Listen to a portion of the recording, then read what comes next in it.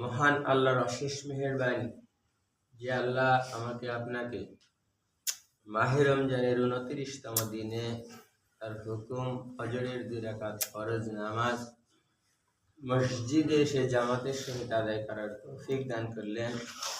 এজন্য আমরা সবাই শুকরিয়া জ্ঞাপন করে বলি আলহামদুলিল্লাহ।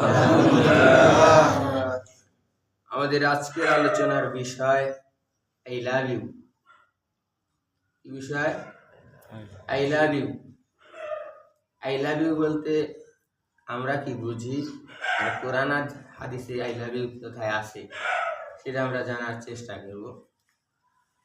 তার আগে আমাদের দেশের যে ইসলামিক ফাউন্ডেশন বা চাঁদ দেখা কমিটি, সেটা হলো নর্মালি সৌদিকে ফলো করা হয়। তাহলে সৌদি আরবে আজকে ঈদ, তার মানে আগামীকাল আমাদের ঈদ, ঠিক না? এটা মোটামুটি ঘোষিত। চাঁদ দেখা এখন হলো আনুষ্ঠানিকতা। আপনি চাঁদ দেখবেন কি না দেখবেন, দেশের কোথাও না কোথাও আজকে চাঁদ দেখা যাবেই। এই কমিটি খুব তৎপর, কারণ সৌদি গতকাল চাঁদ দেখা গেছে, মানে আজকে আমাদের চাঁদ দেখা যাবেই। সেই হিসাবে আগামীকাল ঈদ, আর আগামীকাল ঈদ আর মানে আজকেই রমজানের শেষ দিন। এখন আমি গত ২৮ দিনে কি করেছি সেটা আমি জানি। সেই যেটুক গেছে তার জন্য আক্ষেপ আফসোস করা, আর এই সর্বশেষ দিনে আমার অনুনয় বিনয়, আমার আবেদন এমন হওয়া উচিত যে আল্লাহ আগামী রমজান পাবো এই গ্যারান্টি আমার নাই। আছে? আমরা কেউই বুকে হাত দিয়ে বলতে পারবো না যে 2026-এর রমজান আমি আপনি পাইতে পারি। এইটাই আমার সর্বশেষ দিনের সর্বশেষ সুযোগ আবেদন করা, আল্লাহ তুমি আমাকে মাফ করো। আর এই পাশাপাশি এটাও চাওয়া যে আগামী রমজান পর্যন্ত আমার যেন নেক হায়াত হয়, আমাকে যেন সেই রমজান পর্যন্ত বোঝায়, সেটা চাওয়া। আপনাকে চাইতে হবে এই কারণে যে আপনি আমল করতে চান, আপনি আল্লাহর হুকুম আহকাম মানতে চান। আর না যদি হয়, যতটুকু করছেন যেটা হয় নাই, তার জন্য কি আক্ষেপ আফসোস ছাড়া তার কিছু করার নাই। তাহলে তার জন্য আক্ষেপ করা, অনুশোচনা করা, যে আল্লাহর কাছে মাফ চাওয়া, ঠিক আছে না? তাহলে আজকের এই শেষ দিনে অন্তত তওবা, ইস্তিগফার বা রোজা, আল্লাহ আমি রোজা রাখতে পারি নাই যেভাবে রাখার কথা, যতটুকু আমল করার কথা, যেভাবে সন্তুষ্ট করার কথা আমি করতে পারি নাই, তুমি আমাকে মাফ করো। আজকের এই শেষ দিনের উসিলায় জীবনের সমস্ত গুনাহ খাতা মাফ করো, ঠিক আছে না? আমরা একটু এই আজকের দিন এটা করি অবশ্যই। আর একটা জিনিস হলো, এই রমজানের যে প্র্যাকটিস আমরা করে আসলাম, এই যেমন আগামীকাল হয়তো ঈদের দিন পাওয়া যাবে, তারপরের দিন থেকে এই মুসল্লি পাওয়া খুব কঠিন হয়ে যাবে। ফজর নামাজে আর নামাজে আমরা যেখানে যে অবস্থায় থাকি, আমাদের কর্মব্যস্ততা থাকবেই, কিন্তু আমাদের কোনো অবস্থাতেই ভুললে চলবে না যে আমাকে মারা যাইতে হবে, আর মারা গেলে আমার যার সম্বল নিয়ে যেতে হবে, ঠিক আছে? তাহলে আমরা যেখানে যে অবস্থায় থাকি কোনোদিনই যেন একাত্ত নামাজ জামাত ছুটে না যায়, মিস না করি, সেই চেষ্টা করা লাগবে। সেটাও হবে রমজানের প্রতিশ্রুতি। এখন আসেন আমার সাবজেক্ট, আই লাভ ইউ কোথায়? আই লাভ ইউ বলতে আমরা দুনিয়ায় বুঝি প্রেম, ভালোবাসা, প্রেমিক প্রেমিকার আই লাভ ইউ, আমি তোমাকে ভালোবাসি। এই আই লাভ ইউ ইসলাম সমর্থন করে না, এটার কোনো ভিত্তি নাই, এটা করা যাবে না। এখন ইসলামেও আই লাভ ইউ আছে। আউযু বিল্লাহি মিনাশ শাইতানির রাজিম, বিসমিল্লাহির রহমানির রহিম। ফাজকুরনি আযকুরকুম আশকুরলি ওয়ালা তাকফুরুন। ইয়া আইয়ুহাল্লাযীনা আমানু ইসতাঈনু বিস-সাবরি ওয়াস-সালাহ ইন্নাল্লাহা মা'আস সাবিরিন। কুরআন শরীফের ২য় পারা সূরা আল বাকারা এই ১৫২ এবং ৫৩ নম্বর আয়াত, যে ফাজকুরনি আযকুরকুম, তোমরা আমাকে স্মরণ করো, আমিও তোমাদেরকে স্মরণ করিব। তোমরা আমার প্রতি কৃতজ্ঞ হও। ফাজকুরনি আযকুরকুম আশকুরলি ওয়ালা তাকফুরুন। এই আশকুরলি ওয়ালা তাকফুরুনের অর্থ যে তোমরা আমার প্রতি কৃতজ্ঞ হও, অবিশ্বাসী হয়ে না, ঠিক আছে? আর শেষ হইল যে ইয়া আইয়ুহাল্লাযীনা আমানু ইসতাঈনু, হে বিশ্বাসীগণ, ইয়া আইয়ুহাল্লাযীনা আমানু ইসতাঈনু বিস-সাবরি ওয়াস-সালাহ, তোমরা ধৈর্য এবং নামাজের মাধ্যমে সাহায্য প্রার্থনা করো। ইন্নাল্লাহা মা'আস সাবিরিন, নিশ্চয় আল্লাহ ধৈর্যশীলদের সাথে আছে। ঠিক আছে? তাহলে কি দাঁড়ালো? আমি যদি আল্লাহকে স্মরণ করি, আল্লাহ আমাকে স্মরণ করবে। আমি আল্লাহকে বলছি, আল্লাহ আই লাভ ইউ, আমি তোমাকে ভালোবাসি। আল্লাহ বলবে, আল্লাহ বলবে আমিও তোমাকে ভালোবাসি।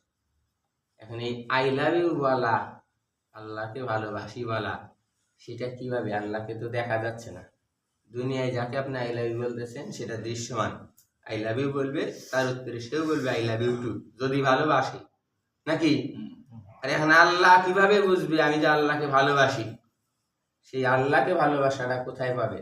তার অর্থ হল আল্লাহর যত হুকুম আহকাম আছে, আল্লাহর যে এই রাসূলকে দেয়া যে গাইডলাইন দিছে, সেইটা যদি আমি যথাযথভাবে করি, সেটা হবে আল্লাহর প্রতি আই লাভ ইউ। এখন আছেন আপনি, আই লাভ ইউ মা, আই লাভ ইউ বাবা, I love you my responsibility, হ্যাঁ, আই লাভ ইউ কি বলে, my duty, I love you namaz, I love you Ramzan, I love you zakat, এগুলো হলো আই লাভ ইউ। এটা হলো আই লাভ ইউ। আপনি আপনার বাবা মার প্রতি ভালোবাসা থাকবে, এটা হলো আল্লাহ রাজি খুশি হবে। আই লাভ ইউ, আপনি আপনার স্ত্রীকে ভালোবাসেন, এটা আপনি আই লাভ ইউ যতবার বলেন ততবার সওয়াব হবে, এটা আপনার বৈধতা। ঠিক আছে না? তাহলে এই বৈধতার হলো আল্লাহর সন্তুষ্টি। এর ব্যতিক্রম হইলে আল্লাহ হবে, তোরে হবে আই হেট ইউ। আল্লাহ যদি আপনাকে আই লাভ ইউ বলে তাহলে আপনার রক্ষা, আর আল্লাহ যদি বলে I hate you, Allah I hate you বলার অর্থ হলো আপনি হুকুম যথাযথভাবে মানেন না, আপনি সুযোগ পাইলেই আরেকজনকে ঠকান, আপনি সুযোগ পাইলেই মিথ্যা বলেন, হ্যাঁ, আপনি সুযোগ পাইলেই প্রতিশ্রুতি ভঙ্গ করেন, এটা আই লাভ ইউ না। ঠিক আছে?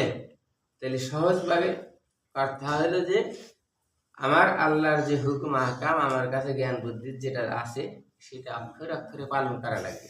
এটা হলো মূল কথা। তুমি আসমানে থাকো প্রভু, আমি জমিনে, তুমি সবখানে থাকো প্রভু, আমি জমিনে, তবু তোমারি প্রেম জমে হৃদয় গহীনে, তবু তোমারি প্রেম জমে হৃদয় গহীনে, আমি তোমারি গোলাম গো অন্য কারো না, আমি তোমারি গোলাম গো অন্য কারো না, আলিমুল গায়ব তুমি মালিক রব্বানা, আল্লাহু আল্লাহু আল্লাহু আল্লাহ, আল্লাহু আল্লাহু আল্লাহু আল্লাহ। এটা আই লাভ ইউ অংশ না? আপনি মালিককে স্বীকৃতি দিচ্ছেন, তুমি আলিমুল গায়ব, তুমি সব জানো, সব দেখো, হ্যাঁ, আর তোমার সাথে আমার প্রেম হৃদয় গহীনে, হ্যাঁ, আমি তার মানে কি, আমি যতটুকু স্মরণ করি তাতেই বলতেছি আমি আই লাভ ইউ।